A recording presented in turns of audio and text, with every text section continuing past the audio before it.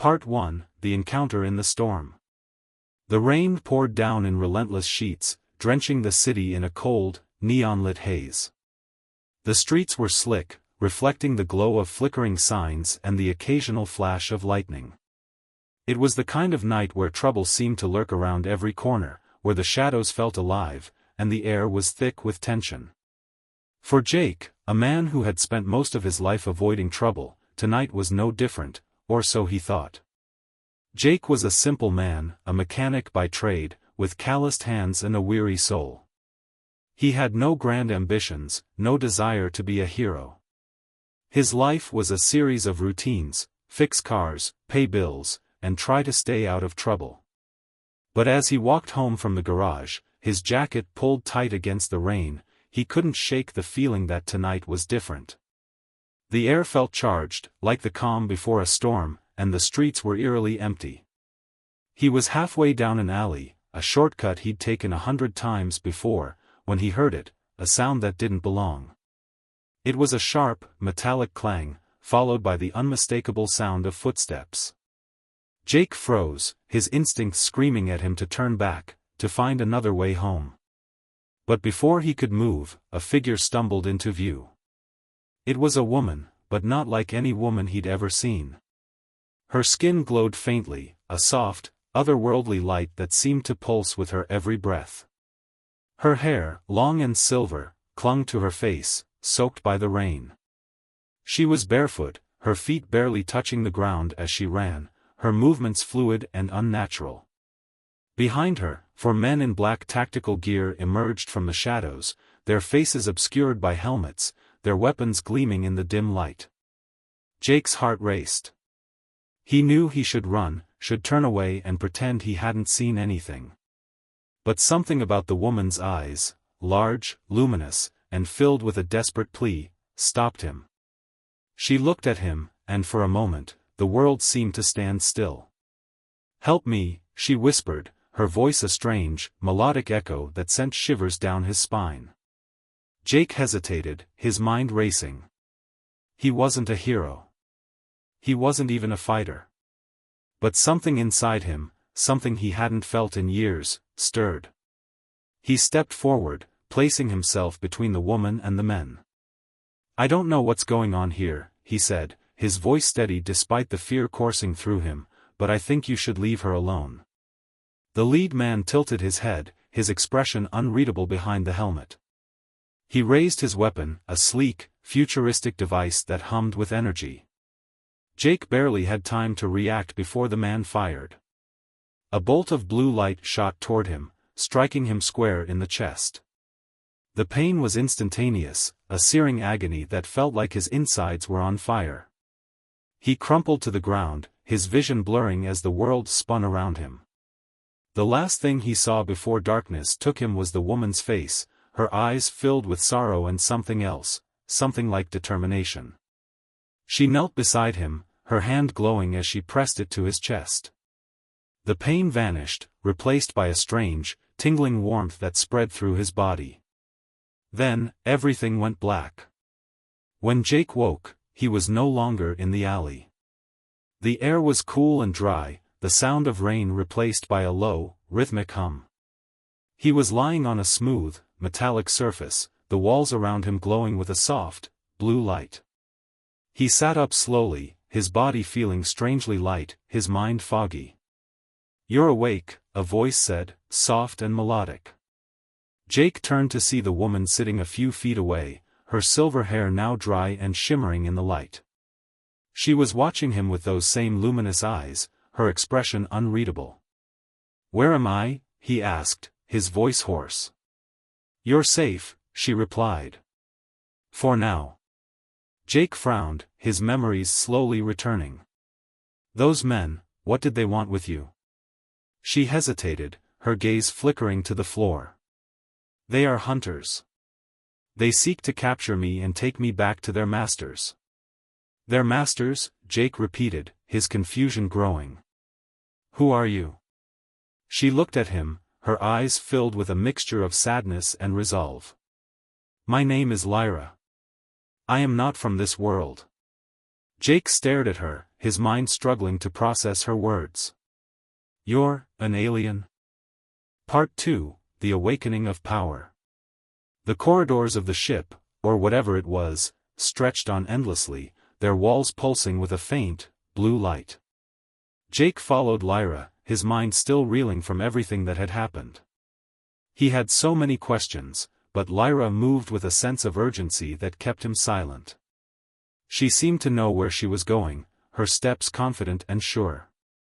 "Where are we?" Jake finally asked, unable to contain his curiosity any longer. "This is a vessel," Lyra replied without looking back. "A ship designed to travel between worlds. It was hidden here, waiting for the right time to awaken." Jake frowned. "And that time is now?"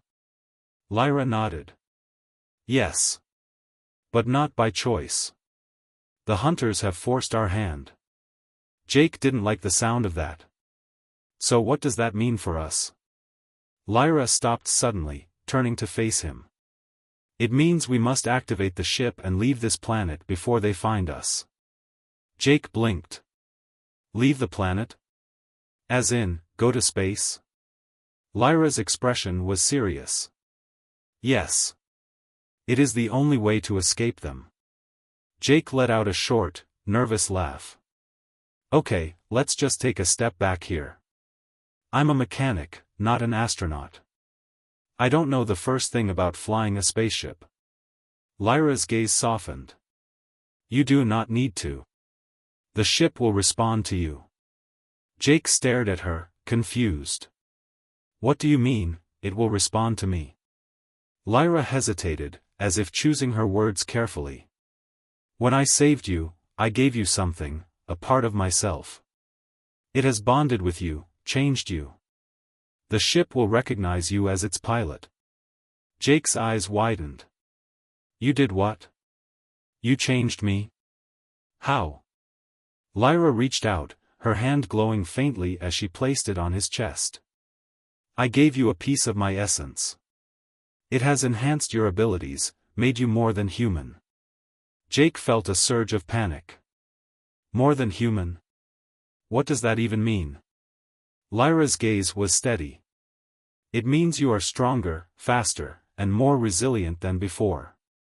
It also means you can connect with the ship, control it." Jake shook his head, trying to process her words. "This is insane. I didn't ask for this.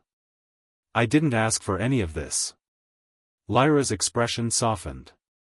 "I know. But it is done. And now, we must use what we have to survive." Before Jake could respond, the ship shuddered, the walls vibrating with a deep, resonant hum.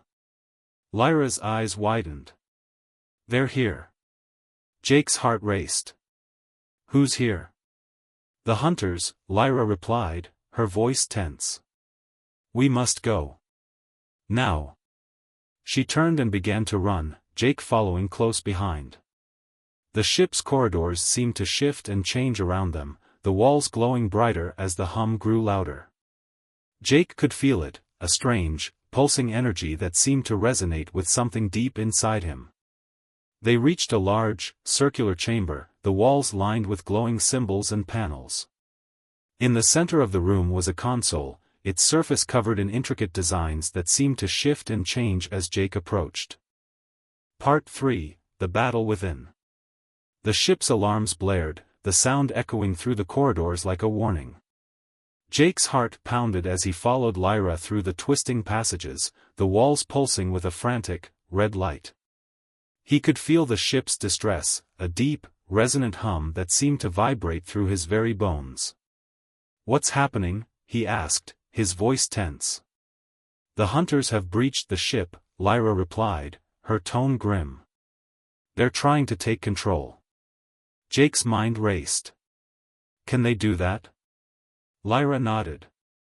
"If they reach the control room, they can override the systems and take the ship." Jake swallowed hard. "So we can't let that happen." Lyra's gaze was steady. "No, we cannot." They reached a large, open chamber, the walls lined with glowing panels and strange, alien machinery. In the center of the room stood a group of hunters, their black armor gleaming in the red light. They turned as Jake and Lyra entered, their weapons raised. "Stay behind me," Lyra said, her voice low.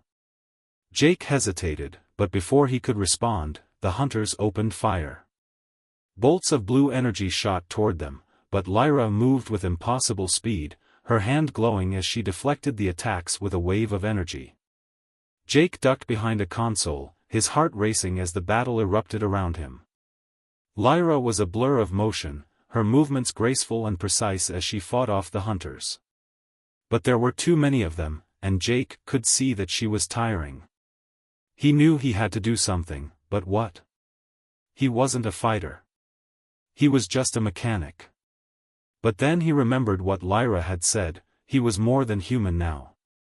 He could feel the energy inside him, a strange, pulsing power that seemed to respond to his fear and desperation. He took a deep breath, focusing on that energy, letting it flow through him. As he did, the world seemed to slow down.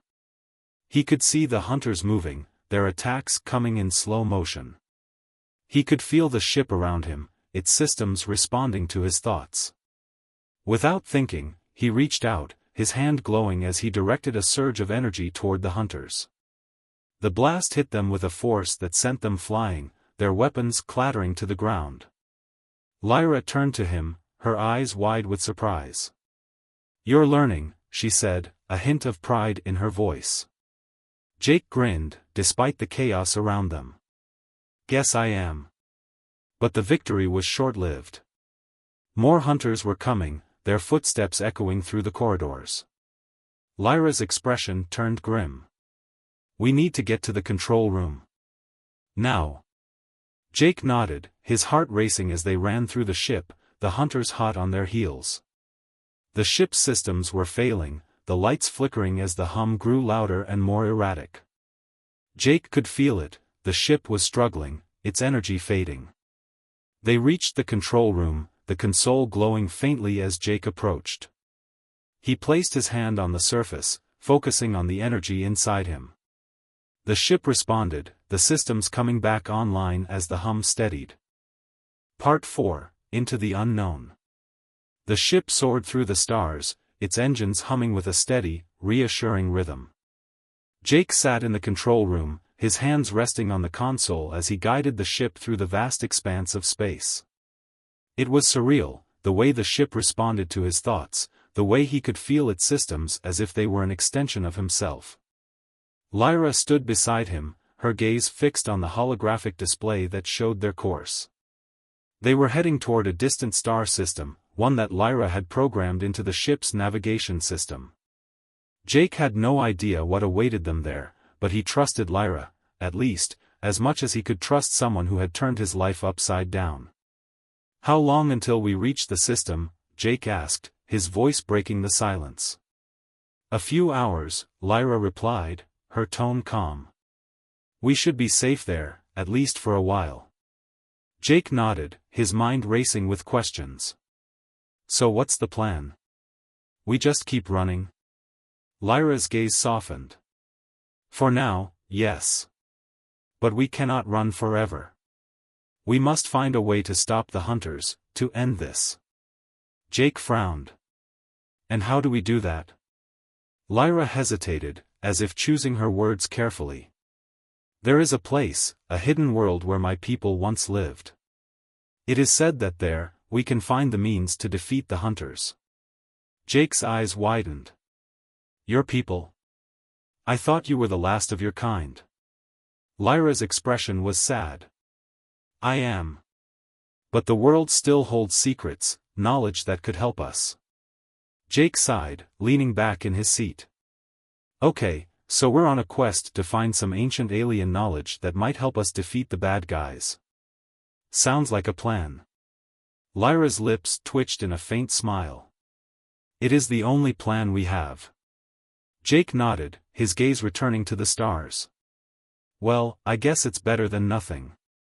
As the ship continued its journey, Jake couldn't shake the feeling that they were heading into something much bigger than he could imagine.